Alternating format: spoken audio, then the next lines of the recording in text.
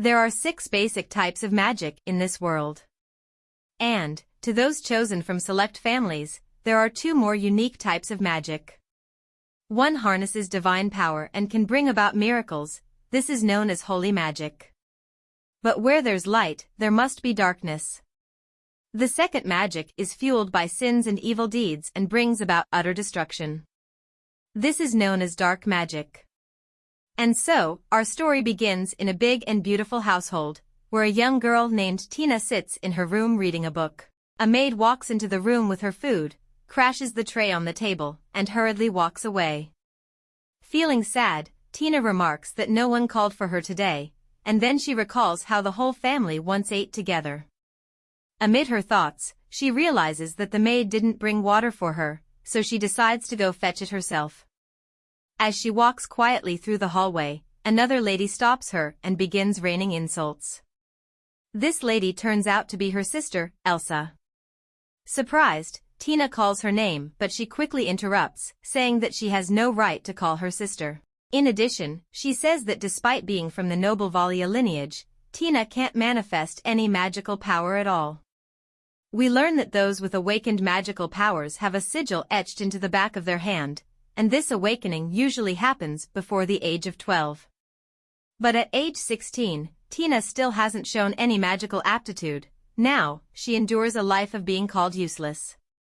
So, once again, Elsa demands to know what she's doing and she responds that she's going to get water. On hearing this, Elsa sarcastically offers to give her as much water as she wants using her magical powers that Tina lacks. At the snap of her fingers, she draws water around Tina's face, making her choke and gasping for air. At some point, she even thinks she might lose her life from the pain she feels, but just then, Elsa snaps her fingers again, releasing the water to the ground.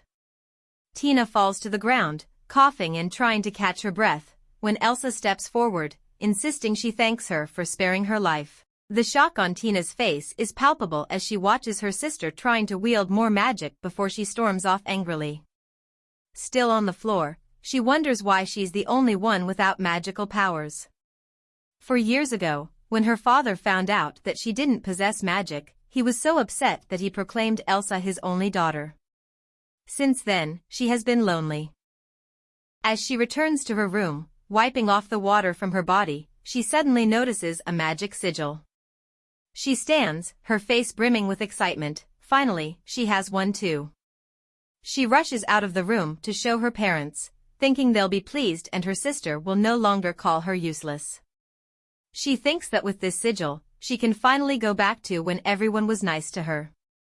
In haste, she barges in on her family having a meal, and then she announces that she's finally got a magic sigil. But when she raises her hair to reveal the sigil on her neck, her father's gaze sharpens as he stands and steps toward her. He grabs her, takes a closer look at it, and mentions that it's a cursed sigil. That's when it dawns on Tina that it's the same sigil that the incarnation of Calamity bore, and they were the ones who plunged the world into chaos years ago. Scared, she tries to seek her father's opinion but he quickly slaps her hand away, yelling that she shouldn't touch him with her filthy hands. He calls her names and orders the guards to get a magic sealing handcuff. He orders that this news must never be revealed to anyone other than the Supreme Council. Meanwhile, Tina continues to beg for forgiveness as she's been taken away, but her father coldly declares that she'll live in darkness for the rest of her days. Subsequently, her parents watch as she's been taken away. What a shame, Tina. Who could have thought my darling daughter would be marked by the cursed sigil, her father says, but she doesn't respond and only fixes her gaze on him. As they take her away in a carriage, she reflects on her father's last words to her. Tears stream down her face as she remarks that he never cared about her. Now locked up in the middle of the forest, she wonders how she got there. Interrupting her solitude, a maid bursts in and explains that she's been entrusted with her care and introduces herself as Laura. Further entering the dark room, she informs Tina that it's just the both of them there, but just as she's about to ask what she means, the maid slaps her. As if that's not enough, she starts lamenting about having the best job, tormenting a haughty little noble girl to her heart's content.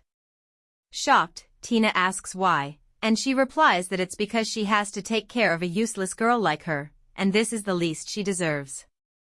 Just before leaving the room, she pleads for Tina to have a long life because if she dies quickly, she'll lose her perfect job.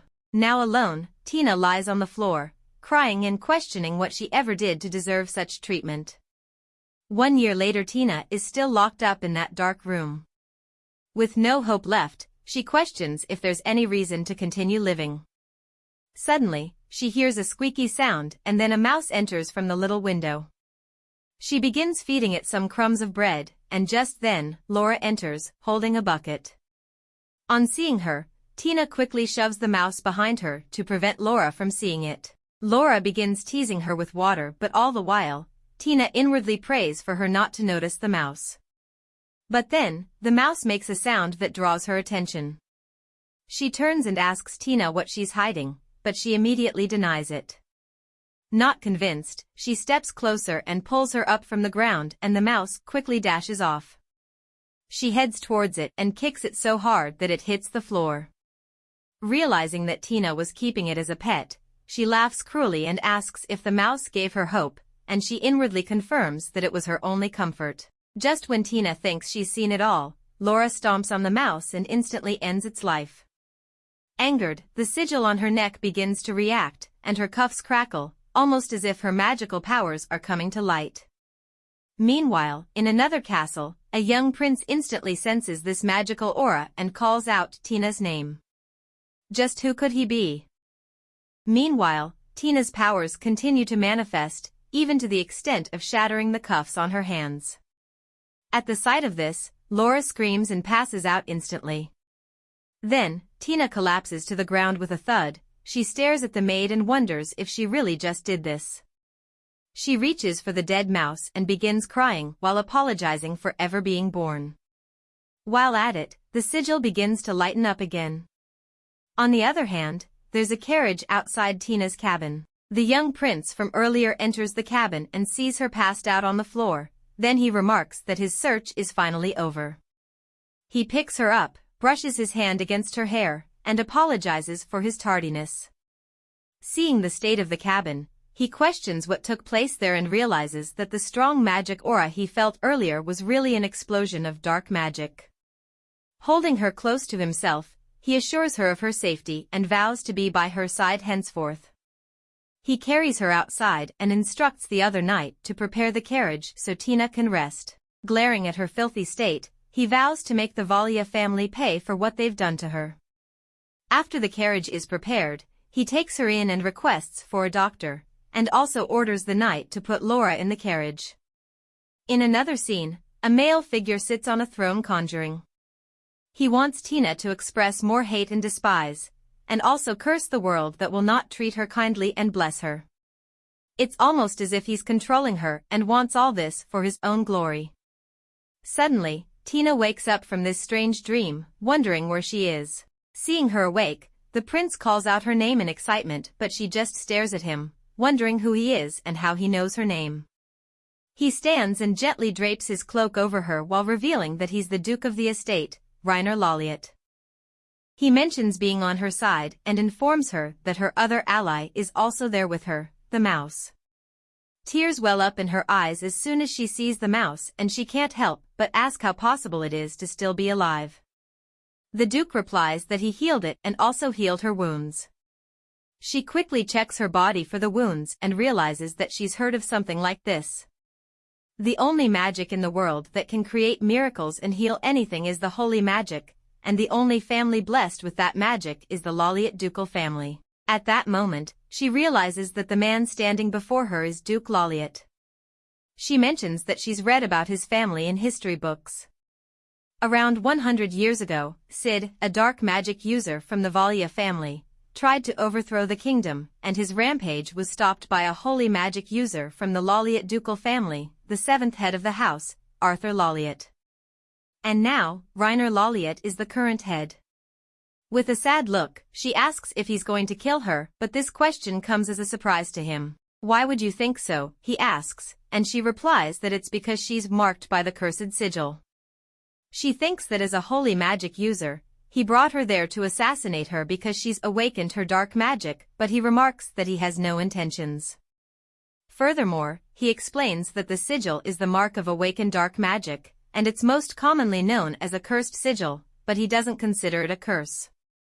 He adds that there's nothing wrong with dark magic, the problems only arise when one becomes enslaved to its power. He notes that she must be feeling very anxious and won't be able to trust him immediately, but assures her that he has no intention of causing her any harm, rather, he'll protect her no matter what.